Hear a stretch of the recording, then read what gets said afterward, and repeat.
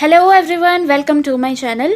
My name is Shweta Sharma और आज के इस वीडियो में हम बात करेंगे अगर दांत में पेन होता है तो उसके लिए आप घर पे कौन कौन सी होम रेमेडीज़ जो है वो आप यूज़ कर सकते हैं। अभी लॉकडाउन के टाइम में बहुत सारे क्वेश्चंस आते हैं कि दांत में पेन है तो उसके लिए क्या करना चाहिए।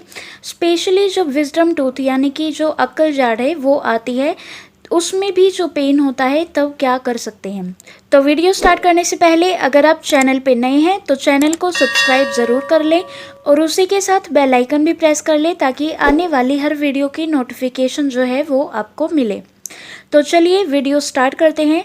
तो जनरली जब दांतों में पेन होता है तो उनके क्या क्या रीज़न्स होते हैं, जिसमें सबसे पहला और सबसे इम्पॉर्टेंट रीज़न है दांतों में कैविटी। अगर किसी पर्टिकुलर दांत में कैविटी है और उस दांत में अगर पेन हो रहा है तो आपको वो चेक करना पड़ेगा।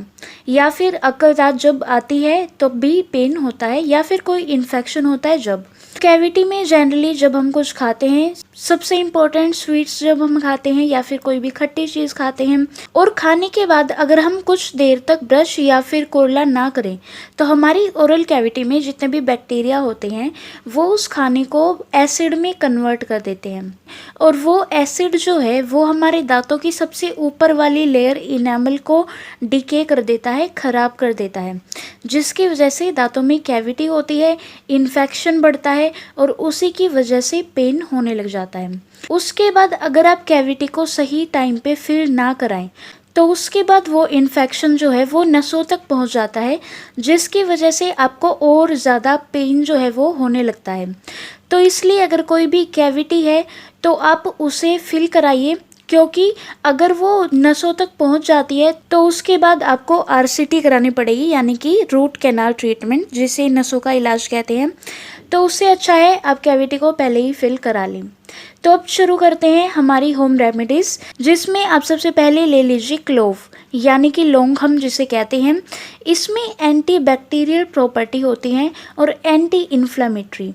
इसी के साथ इसमें थोड़ा सा एनेस्थेटिक इफेक्ट भी होता है, जिसकी वजह से टूथ पेन में इससे आराम मिलता है।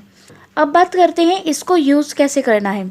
एक दो आप लौंग के टुकड़े ले लीजिए, जिस दांत में पेन है वहाँ पे आप क्रश करके इसके पाउडर को रख लीजिए, या फिर आप क्लोव ऑयल यानी कि लौंग का तेल भी यूज़ कर सकते हैं। अब लौंग के तेल को भी कैसे यूज़ करना है, कॉटन बड यानी कि कोई भी कॉटन का टुकड़ा ले लीजिए, उसके ऊपर आपको लौंग का तेल लगाना है और जहाँ पे भी पेन हो रहा है वहाँ पे उस कॉटन को रख लीजिए थोड़ी देर के लिए। उससे क्या होगा, इन्फेक्शन जो है वो कम हो जाएगा और दर्द में भी आपको आराम मिलेगा।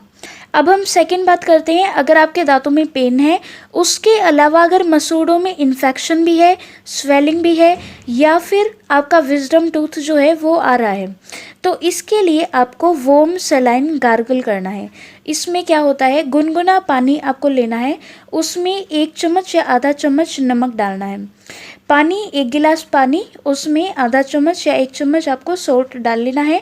उसके बाद मिलाकर आपको उसे 2 या 3 बार, एक दिन में 2 या 3 बार आपको गार्गल करने अच्छे से कुरला करना है।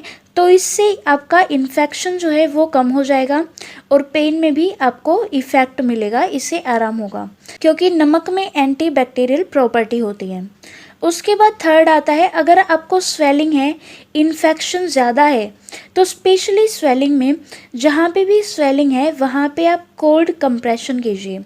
कोल्ड कंप्रेशन में बेसिकली आपको क्या करना होता है, आइस को लगाना होता है जहाँ पे स्वेलिंग है वहाँ पे।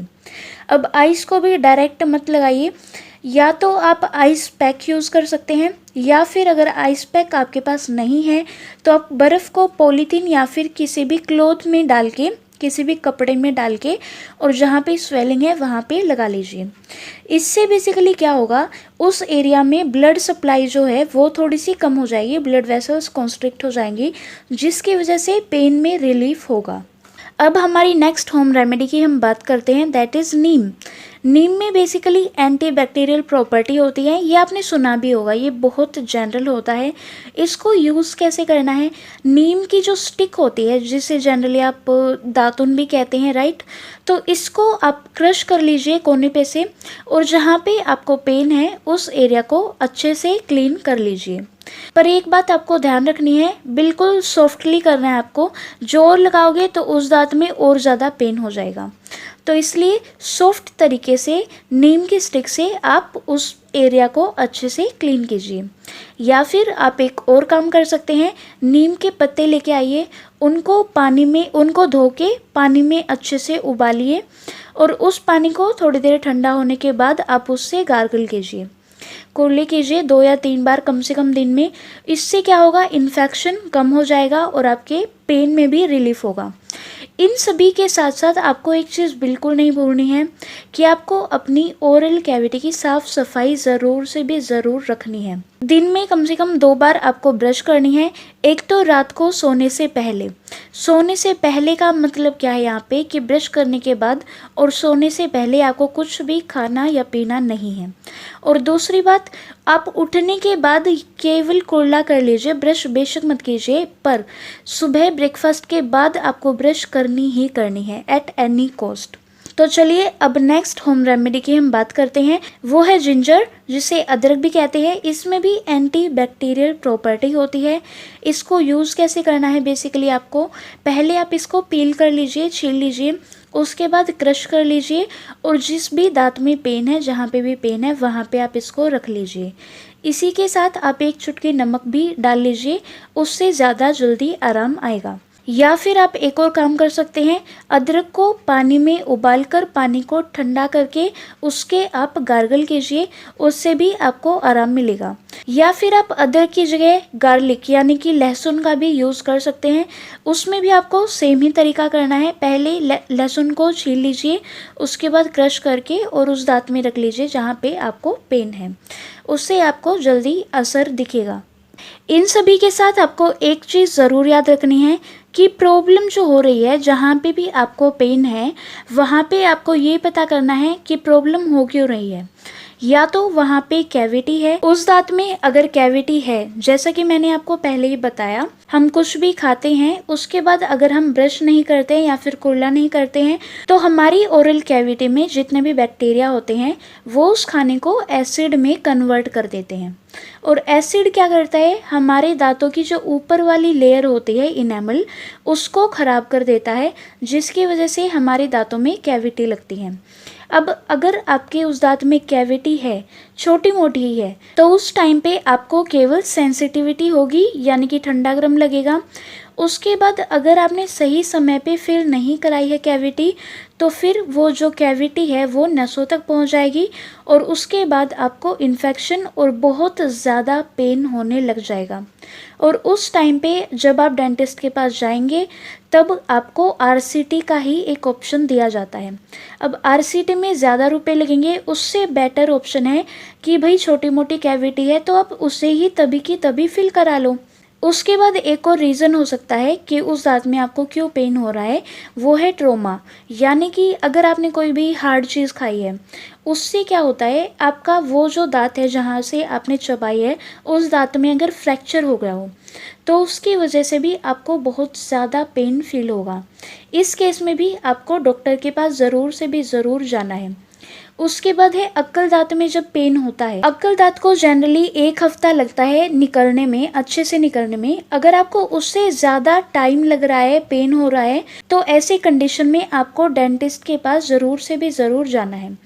उसके बाद अगर इन्फेक्शन है, अगर आप ओरल कैविटी की अच्छे से साफ सफाई नहीं रख रहे हैं, तो आपके दांतों के ऊपर प्लाक जमा हो जाएगी, कैल्कुलस जमा हो जाएगी, और बहुत सारे बैक्टीरिया जो हैं वो जमा होने शुरू हो जाएंगे, जिसकी वजह से आपके मुंह में इन्फेक्शन जो है वो और बढ़ जाएगा। तो इसलिए आपको सबसे इम्पोर्टेंट चीज़ है कि आपको अपनी ओरल कैविटी की साफ सफाई अच्छे से रखनी है। उसके बाद अब ऐसी कंडीशन, अगर आपको पेन होता है तो आपको कौन कौन सी चीज़ें नहीं करनी है। पहली बात तो आपको जो ये वैक्स होती हैं वो बिल्कुल भी यूज़ नहीं करनी है। उनसे स्वेलिंग घटने की जगह बढ़ जाती है और प्रॉब्लम भी बढ़ ही जाती है। उसके अलावा गर्म कोई भी चीज़ आपको नहीं लेनी है। स्वेलिंग अगर है आपको तो आपको गर्म पानी बिल्कुल भी वहाँ पे नहीं टच करवाना है, क्योंकि उससे बेसिकली क्या होती है, जहाँ पे स्वेलिंग है वहाँ की ब्लड वेसल्स गर्म चीज़ लगने के कारण और खुल जाएंगी, जिससे स्वेलिंग और बढ़ जाएगी। इसका उल्टा आप ठंडा यूज़ कीजिए, जैसा कि मैंने कोल्ड कंप्रेशर में आपको बताया था। आप बर्फ़ यूज़ कीजिए, उसको आप जहाँ पे भी स्वेलिंग है वहाँ पे लगाइए। उससे उस एरिया की जो ब्लड वेसल्स है वो कॉन्स्ट्रिक्ट हो जाएंगी, जिसकी वजह से ब्लड सप्लाई कम हो जाएगी और स्वेलिंग भी धीरे धीरे कम होती जाएगी। इन सब के अलावा आप अपनी ओरल कैविटी को साफ़ सफाई रखने के लिए आप माउथ वॉश भी लेके आ सकते हैं। अगर आपको पेन हो रहा है या फिर आपको लग रहा है कि रेडनेस थोड़ी सी है, तो आप बीटाडिन का माउथ वॉश लेके आइए।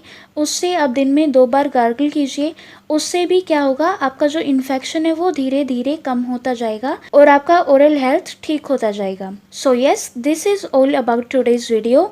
अगर आपको ये वीडियो अच्छी लगी है तो ज़रूर लाइक करना और उसी के साथ सब्सक्राइब करके बेल आइकन ज़रूर प्रेस कर देना, क्योंकि इससे आने वाली हर वीडियो की नोटिफिकेशन जो है वो आपको मिलती रहेगी।